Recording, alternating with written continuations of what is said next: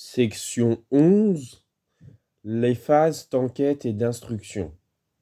Alors, tout d'abord, l'enquête policière précède généralement l'instruction quand il y en a une. Si une instruction venait à être ouverte, alors les policiers poursuivent leur enquête, mais agissent sur la commission rogatoire du juge. Ce que l'on vise est alors la découverte des infractions et de leurs auteurs. Ensuite, il va falloir voir si les charges sont suffisantes pour renvoyer, le cas échéant, les personnes mises en cause devant une juridiction de jugement. Tant qu'une juridiction pénale ne s'est pas prononcée sur la culpabilité de celui qui est inculpé dans une affaire, la présomption d'innocence doit être respectée. Pour être renversée, il faut apporter les preuves de culpabilité. Alors, paragraphe 1, les principes régissant la preuve pénale. Selon l'article 427 du Code de procédure pénale, hors les cas où la loi dispose autrement, les infractions peuvent être établies pour tous les modes de preuve. Pour autant, il faut généralement que la preuve soit légalement obtenue. C'est pourquoi on peut dire que le principe de liberté de la preuve règne en droit pénal, mais dans le cadre de la légalité de la preuve. La recherche et l'obtention de la preuve sont encadrées légalement. A. La charge de la preuve, le rôle du ministère public. La charge de la preuve incombe au ministère public, car c'est lui qui doit renverser la présomption d'innocence, car si les preuves apportées par le ministère public sont insuffisantes pour emporter la conviction du juge, le doute doit bénéficier au prévenu. Mieux vaut être un prévenu en liberté qu'un innocent emprisonné. Mieux vaut un prévenu en liberté qu'un innocent emprisonné. Le ministère public doit faire enquêter à charge et à décharge. Le ministère public doit faire enquêter à charge et à décharge. Ça a été écrit 2 fois. Il doit rechercher les éléments qui permettraient d'innocenter la personne mise en cause. B. Les modes et la valeur des preuves. 1. Le principe de la liberté de la preuve. L'article 427 du Code de procédure pénale énonce le principe de liberté de la preuve et nous apprend que la liberté de la preuve est valable pour toutes les infractions et s'applique aussi bien à la preuve des infractions qu'à la preuve des moyens de défense. Ce principe permet de se fonder sur tous les modes de preuve, contrairement à un système de preuve légal. Mais la liberté de la preuve ne s'exerce pas sans limite, c'est-à-dire que cela ne signifie pas que n'importe quelle preuve est admissible. Certains procédés sont nécessairement prohibés, par exemple la torture, mais l'administration de la preuve doit respecter un certain formalisme. Le législateur et la jurisprudence sont venus régir les différents modes de preuve, c'est-à-dire encadrer certains procédés. La loi vient poser des conditions qui doivent être respectées. Par exemple, les écoutes téléphoniques sont encadrées légalement et sont insérées dans des cadres légaux. La liberté de la preuve se trouve limitée par le principe de l'égalité de la preuve. La place de l'aveu parmi les preuves. Alors, l'aveu a pendant longtemps été considéré comme la reine des preuves. Or, on sait très bien aujourd'hui que l'aveu n'est pas toujours sûr. Des personnes avouent et se rétractent. Il y a eu des cas où des personnes ont avoué des faits alors qu'elles étaient innocentes. Aujourd'hui, la police utilise d'autres modes de preuve, par exemple les prélèvements ADN, qui peuvent venir confronter ou encore conforter la preuve. Alors, les valeurs différentes des modes de preuve, les valeurs des différents modes de preuve. Alors, quelles sont les valeurs des différents modes de preuve? Existe-t-il un mode de preuve supérieur? Alors non, il n'y a pas de hiérarchie stricte à porter. La valeur de la preuve repose sur le système de l'intime conviction. Si on avait un système de preuve légale, c'est le législateur qui viendrait attribuer à chaque preuve une certaine valeur. On aurait alors un relax qui s'imposerait au juge en fonction de la valeur de la preuve importée. C'est relatif au fonctionnement de l'ancien droit. Néanmoins, aujourd'hui, l'intime conviction ne suffit pas à dire que l'on peut juger sans preuve. Cela veut simplement dire que le juge se détermine librement à partir des preuves qui lui sont présentées. La valeur de la preuve est laissée à l'appréciation libre du juge, même l'aveu. Le doute doit profiter à l'accusé. Ce principe fait même que le serment des jurés de cour d'assises, qui nous ont décrit à l'article 304 du Code de procédure pénale, doit se rappeler que l'accusé est présumé innocent et que le doute doit lui profiter. 2. Le principe de loyauté de la preuve. La preuve de l'infraction et de la culpabilité peut être apportée par tout moyen, mais en plus de la limite imposée par le principe de légalité de la preuve, il y a également le principe de loyauté de la preuve qui s'ajoute au principe contradictoire.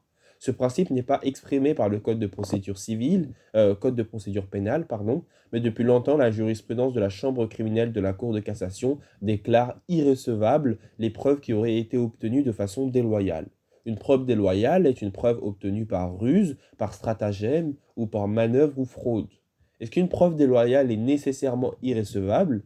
Le refus d'admission d'une telle preuve va en réalité dépendre de la personne qui l'a obtenue et qui veut l'administrer. En effet, le principe de loyauté est très contraignant pour les autorités publiques, les juges, les policiers, les ministères publics. Mais malgré tout, l'utilisation de certaines formes de ruse n'est pas forcément prohibée dans l'activité policière, qui est chargée d'enquêter. Le seuil d'admission d'une forme de ruse dépend parfois du domaine de la délinquance. Par exemple, l'enregistrement et la fixation d'images n'est possible pour les services d'enquête que dans la criminalité et dans la délinquance organisée à des conditions très strictes. L'article 8 de la CEDH, qui protège la vie privée, nous apprend qu'il peut y avoir des atteintes qui peuvent être portées à ce droit, mais doivent être proportionnées et nécessaires. La provocation à la preuve peut être autorisée. Néanmoins, il faut établir une distinction. Les procédés déloyaux utilisés par une personne privée et les autorités publiques. Il faut établir une distinction entre les procédés déloyaux utilisés par une personne privée ainsi que les autorités publiques. Concernant les autorités publiques et les enquêteurs, la provocation de la preuve est autorisée, mais la provocation de l'infraction est interdite. Dans les cas les plus graves, par exemple la prostitution sur Internet ou encore la pornographie et la pédopornographie, les juges sanctionnent de manière assez classique le détournement des règles de procédure par les enquêteurs pour obtenir une preuve. Par exemple, l'utilisation de la loi, mais détournement de ses principes. L'arrêt des cellules, tiré 2 points, AP de la Cour de cassation du 6 mars 2015. Au cours d'une mesure de garde à vue, où deux personnes retenues dans des cellules côte à côte avaient été préalablement sonorisées, ils avaient été enregistrés à l'intérieur des cellules de manière à susciter des échanges verbaux. Et cela constitue un procédé déloyal d'enquête qui avait mis en échec le droit de se taire et de ne pas s'auto-incriminer, et donc porter atteinte au droit au procès équitable. Concernant les personnes privées, elles ne sont pas tenues d'exigences de loyauté. Une partie civile peut communiquer au juge des enregistrements qu'elle n'a pu obtenir qu'au prix d'une infraction pénale. Par exemple, le casting réalisé par SOS Racisme peut révéler des pratiques discriminatoires à l'entrée. Cette preuve est admise car pour la chambre criminelle, le débat se déroule devant les juridictions et ça rééquilibre les parties, mais que pour les personnes privées. L'article 223-1-5 du Code de procédure pénale nous apprend au sujet que nous précise que cela peut prendre place au sujet du délit pénal de discrimination. La CEDH se prononce au regard de l'article 6 qui garantit un procès équitable. Selon la Cour, l'admissibilité des preuves revient au droit interne. Pour elle, il faut que le caractère équitable du procès soit respecté dans l'ensemble du procès. Une preuve peut être déloyalement obtenue si elle n'est pas unique à charge et que le principe du contradictoire est respecté. Alors, paragraphe 2, les enquêtes et l'instruction. Avant l'instruction du ministère public, une procédure se met en place. C'est la phase préparatoire de l'enquête. Alors, A, l'enquête policière. À ce stade, l'action publique n'est pas encore mise en mouvement. La notion même d'enquête policière. Petit 1. Le but de l'enquête de police est de constater les infractions à la loi pénale, de rassembler les preuves, d'en trouver les auteurs. En pratique, on a 95% des affaires qui sont jugées par des juridictions répressives après une enquête. C'est la police judiciaire qui réalise ces enquêtes. Petit 2, la notion de police judiciaire. On a des officiers de police judiciaire, des agents de police judiciaire. Ce terme de police judiciaire comporte une certaine forme d'ambivalence. Ce terme désigne à la fois l'ensemble des fonctionnaires qui composent la police judiciaire, ainsi que l'ensemble des activités de la police. Cela renvoie aussi bien à la fonction procédurale qu'au corps fonctionnaire qui le compose. Alors, Ça a un but préventif de l'administratif. L'article 14 du Code de procédure pénale nous apprend que la police judiciaire est chargée de constater les infractions, d'en rassembler les modes de preuve et d'en rechercher les auteurs. On définit la mission de la police judiciaire euh, comme une mission qui consiste à déterminer la qualité judiciaire de l'opération. C'est bien ça. Cette activité, cette mission s'exerce sous l'autorité du procureur de la République. Contrairement à la théorie, en pratique, il y a beaucoup de difficultés sur les différences de cette mission, car cette pratique est assez ténueuse. Cette pratique a une incidence comme notamment la compétence des juridictions. Ce sont les juridictions administratives qui sont compétentes en matière de police administrative, mais en matière de police judiciaire, il s'agit des juridictions judiciaires. Le critère à prendre en compte est le but de l'opération. Attention, la difficulté est aussi qu'un acte de police judiciaire peut se poursuivre en police administrative, et inversement. Un même acte peut être réalisé au titre de la police administrative ou de la police judiciaire selon son but. Un agent chargé de régler la circulation, il est en train d'exercer une action de police administrative, mais à cette occasion, s'il venait à constater une infraction, alors cela bascule et il rentre en mission de police judiciaire. Par exemple, les contrôles d'identité. Il y a plusieurs types de contrôles qui sont réglementés. Un contrôle d'identité peut être réalisé dans un but de maintien de l'ordre, c'est donc un but de la police administrative, alors que si les agents judiciaires réalisent un contrôle d'identité pour identifier l'auteur de l'infraction, alors c'est un acte de police judiciaire. Un agent de police judiciaire peut effectuer des actes de police administrative. L'organe élémentaire de la police judiciaire. Alors, c'est la police nationale. Tout d'abord, elle est constituée d'officiers de police judiciaire, des agents de police judiciaire ou encore des agents de police judiciaire adjoints. On a également la gendarmerie nationale. Ça désigne les forces de police à statut militaire. La particularité de la gendarmerie est d'intervenir dans des zones rurales et périurbaines. Après la loi de 2002 et 2009, la gendarmerie nationale est placée sous l'autorité du ministre de la Défense et sous l'autorité fonctionnelle et opérationnelle du ministre de l'Intérieur, qui coordonne les activités de la gendarmerie et de la police judiciaire. On trouve d'autres agents appartenant à d'autres administrations qui peuvent avoir des prérogatives de la police judiciaire. Par exemple, le Code de procédure pénale et certaines lois spéciales octroient à certains fonctionnaires de l'État des pouvoirs en matière de constatation d'infractions qui sont en relation avec l'administration à laquelle ils appartiennent. Cela nous est expliqué à l'article 7 du Code de procédure pénale. C'est d'ailleurs le cas pour l'administration de douane, des eaux et forêts, etc., etc. Le contenu des enquêtes de police judiciaire. Alors, il y a deux types d'enquêtes de police. Il y a les enquêtes de flagrance. La flagrance vient du latin flagramae. Ça signifie ceux qui brûlent l'essence, ceux qui frappent l'essence, ceux qui manifestent. Elle est définie à l'article 53 du Code de procédure pénale. Elle est qualifiée euh, elle est qualifiée crime ou délit flagrant. Le crime ou délit qui se commet actuellement ou qui vient de se commettre. Il y a aussi un crime ou délit flagrant lorsque dans un trait voisin de l'action, c'est ce qui est écrit, hein, dans un temps très voisin de l'action, excusez-moi, la personne soupçonnée ou poursuivie par la clameur publique ou trouvée en possession d'objets ou présente des traces ou d'indices laissant à penser qu'elle a participé au crime ou délit. Alors, il y a deux situations de flagrance, crime ou délit qui viennent de se commettre, mais la troisième s'ajoute, le constat immédiat, le constat dans un temps voisin.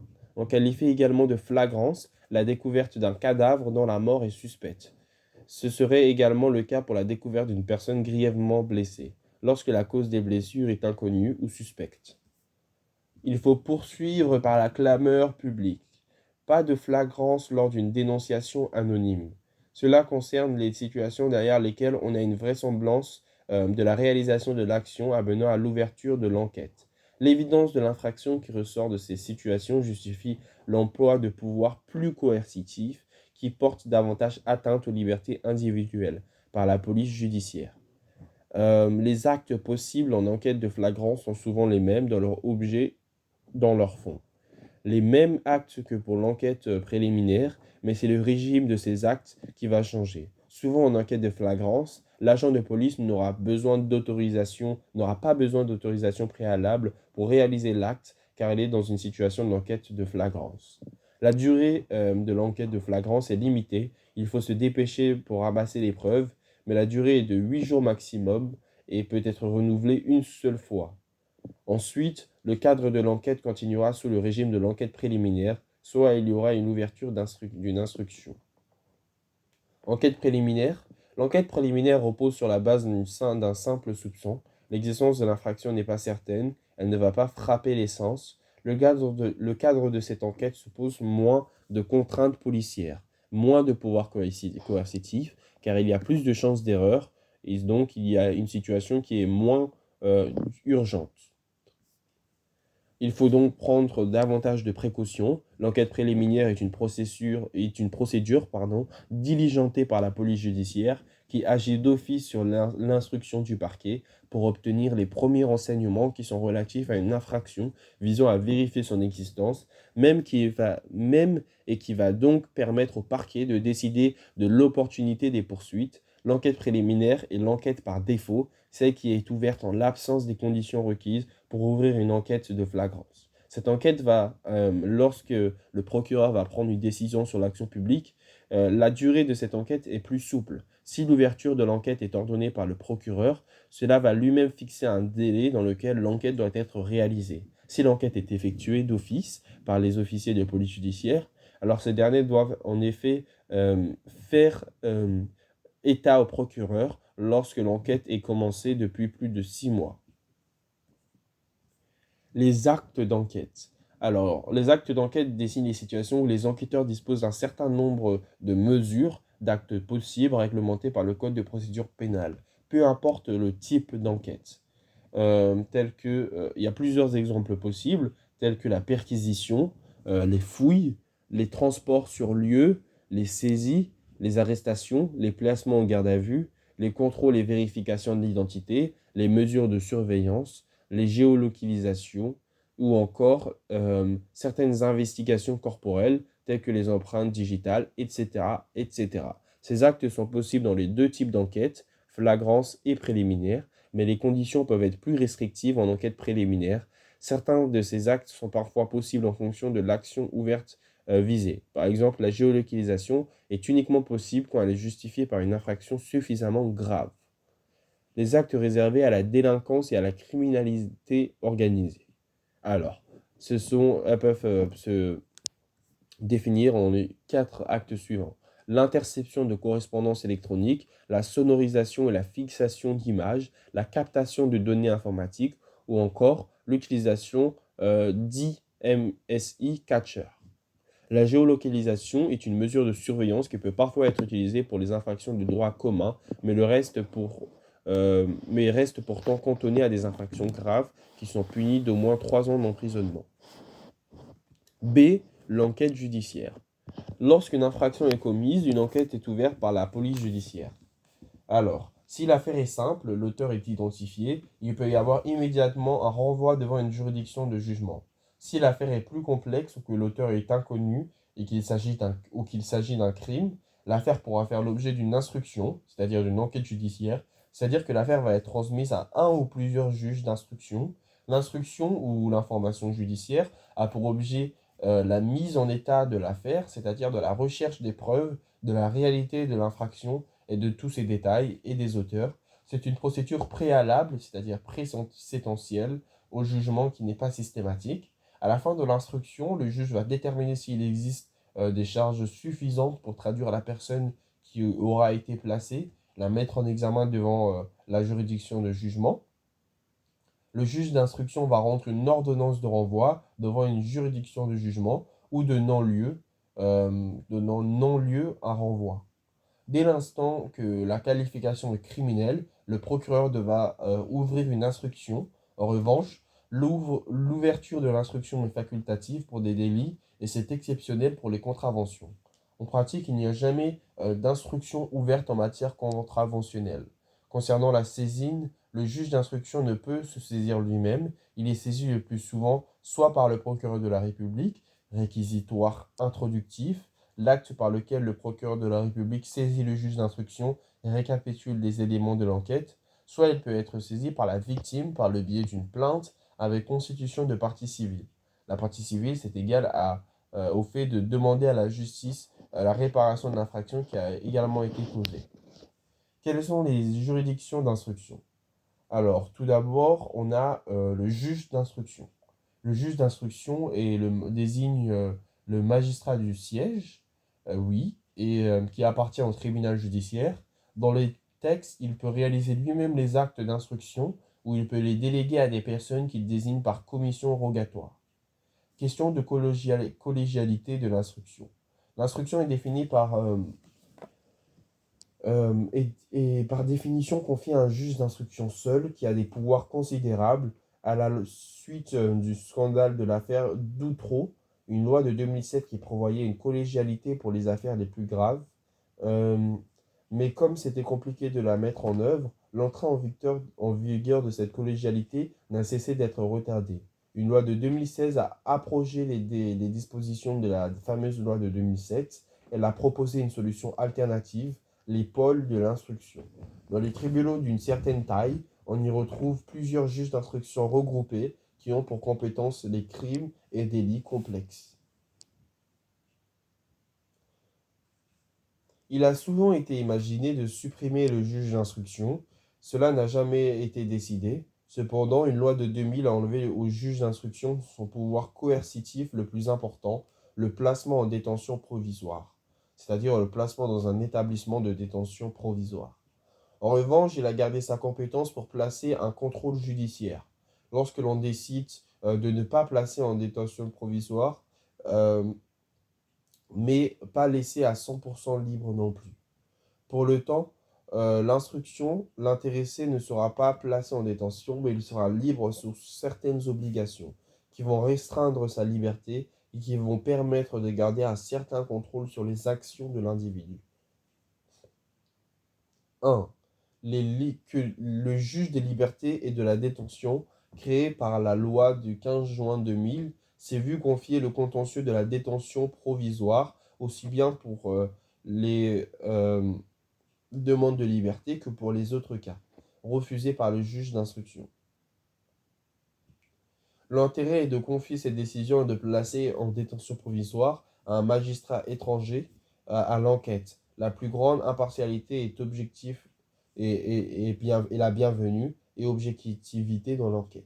C'est également ce magistrat qui va autoriser un certain nombre d'actes d'enquête particulièrement coercitifs en matière de délinquance et de criminalité organisée. Lorsqu'on est encore dans une phase d'enquête, il n'y a donc pas encore de juridiction saisie.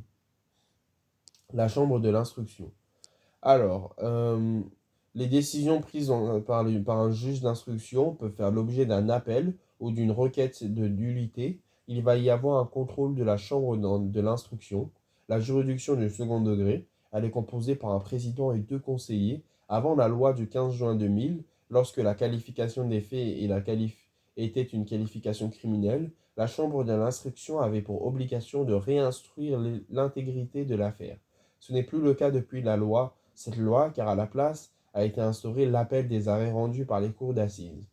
L'appel d'une décision renvoie à un recours euh, à la nullité de l'instruction, annulation d'un acte. On ne va pas compter qu'il y a eu une décision juridictionnelle. Alors, 2. Le déroulement de l'instruction. Le point de départ de l'instruction est l'ouverture, l'arrivée et la conclusion. Tant qu'une instruction n'est pas ouverte, la personne soupçonnée ne bénéficie pas de garantie associée à l'instruction et la clôture marque le moment où il peut y avoir un renvoi devant une juridiction de jugement.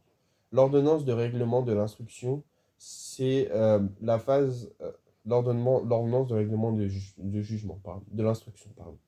Alors, la phase de l'instruction se caractérise par le secret, qui protège aussi bien l'enquête, secret de l'enquête, et qui vise à garantir la sérénité de la justice. C'est la phase de procédure écrite initialement, ce qui l'a caractérisé est le caractère non contradictoire, car les parties ont obtenu de plus en plus de droits durant cette phase. Le juge d'instruction est d'instruire aussi bien qu'à charge et à décharge. Le rôle du juge d'instruction est d'instruire aussi bien qu'à charge et à décharge. Son but est d'établir la vérité. Il doit chercher des éléments en faveur de la culpabilité et en faveur de l'innocence. Il doit procéder à tous les actes d'information et qu'il juge utile à la manifestation de la vérité. C'était la section 11.